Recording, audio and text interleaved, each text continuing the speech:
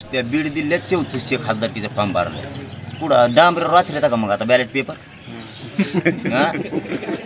आता नाही का तुम्हाला शाळात बसन का ते आता एखाद्या केंद्रात एखाद्या 3 केंद्र असतील एखाद्या गावाला, वस्तीवर एक, दुसऱ्या वस्तीवर एक आणि एक गावात आहेत का शाळा? आता नाही का आमच्याच वावरात टाकाला. मराठा आरक्षणाच्या मागणीसाठी मराठा समाज हा लोकसभेच्या निवडणुकीमध्ये आपले उमेदवार उतरवणार आहे आणि सरकारची कोंडी करण्याचा प्रयत्न करणार आहे. आणि त्याला सुरुवात देखील झालेली आहे. मनोज जरांगे पाटील यांचे अर्थात मराठा समाजाचे 4 उमेदवार आणि इतरही मतदारसंघामध्ये उमेदवार घोषित झालेले आहेत, ते आपण बघणार आहोत. पळशी येथील मराठा समाजाने उमेदवारी अर्ज दाखल करण्याचा निर्णय घेतलाय. त्यानुसार धनंजय कलागते, संतोष जांभरे, विठ्ठल काटवडे आणि सचिन पवार यांची माढ्यातून उमेदवारी जी आहे ती जाहीर झालेली आहे. इतर लोकसभा मतदारसंघातून कुणाला उमेदवारी मिळालेली आहे, कुणाची उमेदवारी जाहीर झालेली आहे ते देखील आपण बघणार आहोत. मोदी शहांच्या विरोधात देखील मराठा उमेदवार असणार आहेत. लोकसभेसाठी प्रत्येक गावातून 2 अर्ज म्हणजेच जवळपास एका जिल्ह्यातून 5000 उमेदवार देणार आहेत मराठा समाज. शिवाय पंतप्रधान नरेंद्र मोदी आणि गृहमंत्री अमित शहा यांच्या विरुद्ध अर्ज भरण्यात येणार आहेत. नुकतीच बीडमध्ये मराठा समाजाची एक बैठक झाली आणि बैठकीत हा निर्णय घेण्यात आलाय.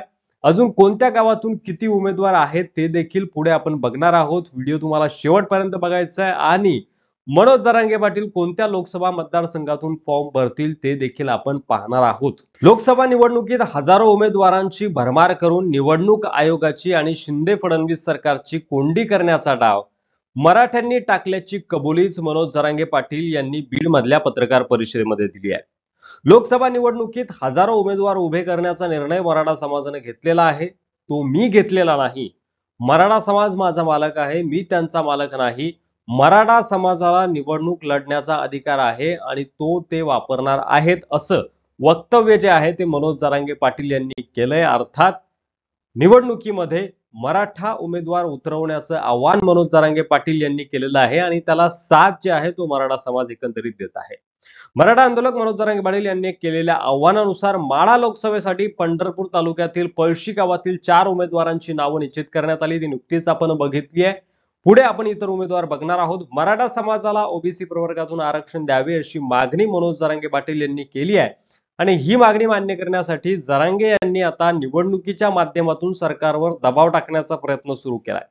यातूनच त्यांनी लोकसभा निवडणुकीत प्रत्येक गावातून किमान 2 ते 5 उमेदवारी अर्ज दाखल करण्याचे मराठा समाजाला जे आहे ते आव्हान केलेलं आहे. त्यानंतर सगळे सोयऱ्यांबाबतची मागणी अद्याप पूर्ण झालेली नसल्यानं मराठा समाज चांगलाच आक्रमक झालेला देखील आपल्याला दिसून येतोय आणि आता नांदेड पाठोपाठ परभणीमधून देखील मराठा समाजाकडून उमेदवार देण्याची तयारी सुरू झाली आहे. पूर्णा तालुक्यातील 94 गावं 94 उमेदवार देण्याच्या तयारीमध्ये आहेत आणि इतरही गावं जे आहेत ते तयारीमध्ये लागलेले आहेत. तर दुसरीकडे मराठा नेते विनोद पाटील हे छत्रपती संभाजीनगर मधून लोकसभा निवडणुकीच्या रिंगणात असण्याची शक्यता आहे. गेल्या अनेक वर्षापासून मराठा आरक्षणासाठी सुरू असलेल्या न्यायालयीन लढ्यात महत्त्वपूर्ण योगदान असणारे मराठा नेते विनोद पाटील हे आगामी लोकसभा निवडणुकीच्या रिंगणात उतरणार आहेत हे त्यांनी जाहीर केलेलं आहे. आतापर्यंत आम्ही रस्त्यावरची लढाई, न्यायालयीन लढाई लढलो, पण समाज व्यवस्थेत अनेक प्रश्न प्रलंबित आहेत. त्यासाठी सभागृहात जाणं गरजेचं आहे. 18 पगड जातीच्या कार्यकर्त्यांनी मला लोकसभा निवडणूक लढण्याचा आग्रह केला. आता मी सभागृहात गेलं पाहिजे. तरुण, शेतकरी आणि महिला आणि मराठा आरक्षणाचा प्रश्न सभागृहात मांडला तर त्याला अधिक बळकटी मिळेल असं सर्वांचं म्हणणं आहे आणि त्यासाठी या सगळ्यांनी माझ्याकडे लोकसभा निवडणूक लढण्याचा आग्रह धरला आणि हा आग्रह मान्य करून मी लोकसभा निवडणूक लढणार आहे असं विनोद पाटील यांनी जवळपास जाहीर केलेलं आहे. तर मनोज जरांगे पाटील हे रावसाहेब दानवे यांच्या विरोधामध्ये निवडणुकीच्या रणांगणात उतरणार का आणि जर ते उतरले तर कोण कोणावर भारी भरणार अशी सध्या चर्चा आहे. आता जरांगेंना स्वतः निवडणुकीचा फॉर्म भरायचा असेल तर ते कोणत्या लोकसभा मतदारसंघातून भरतील तर निश्चितच जालना लोकसभा मतदारसंघातून. त्यामुळे सर्वाधिक डोकेदुखी वाढणार आहे ती रावसाहेब दानवे यांची. जालना जिल्ह्यात त्यांचं एक हाती वर्चस्व आहे. ते मनोज जरांगे पाटील एका झटक्यात संपुष्टात आणू शकतात आणि तेवढी क्षमता मनोज जरांगे पाटील यांनी सिद्ध देखील केली. मराठा समाज जरांगे पाटील यांच्या पाठीशी आहे. त्यामुळं मनोज जरांगे पाटील जालना लोकसभा मतदारसंघातून निवडणुकीच्या मैदानात उतरले तर दानवेंना त्यांना हलक्यात घेणं महागात पडू शकतं, किंबहुना ते जरांगेंना हलक्यात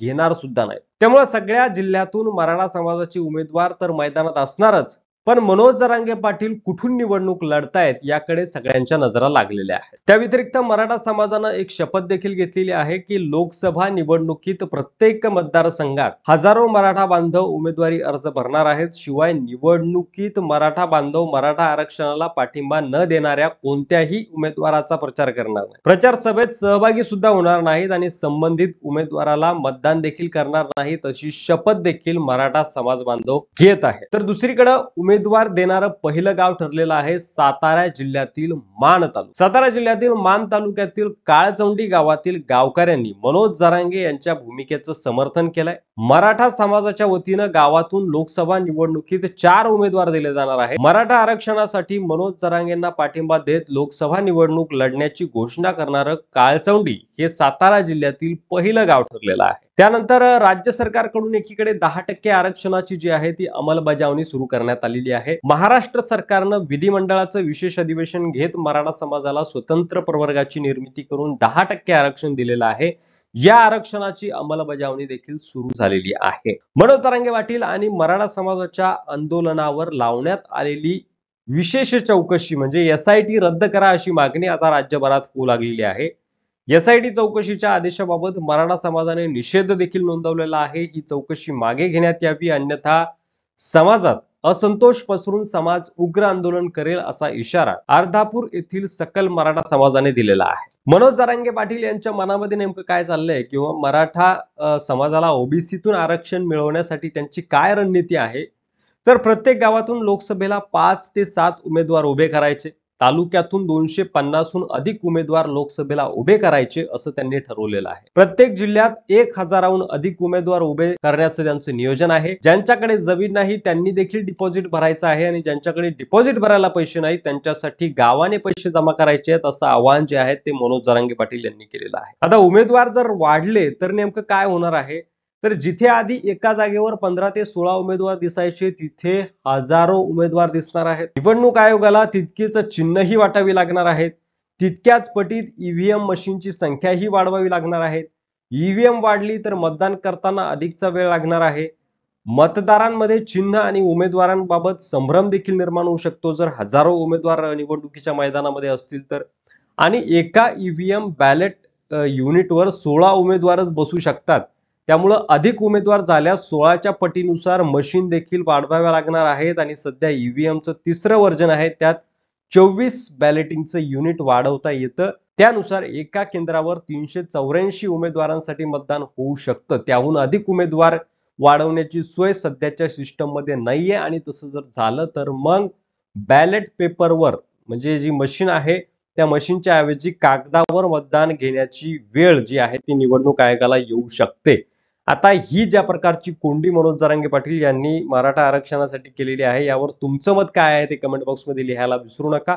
आणि असेच संबंधित सविस्तर आणि डिटेल व्हिडिओ जर तुम्हाला बघायचे असतील तर आपल्या चॅनलला सबस्क्राईब करा. व्हिडिओ आवडला असेल जास्तीत जास्त शेअर करा. धन्यवाद.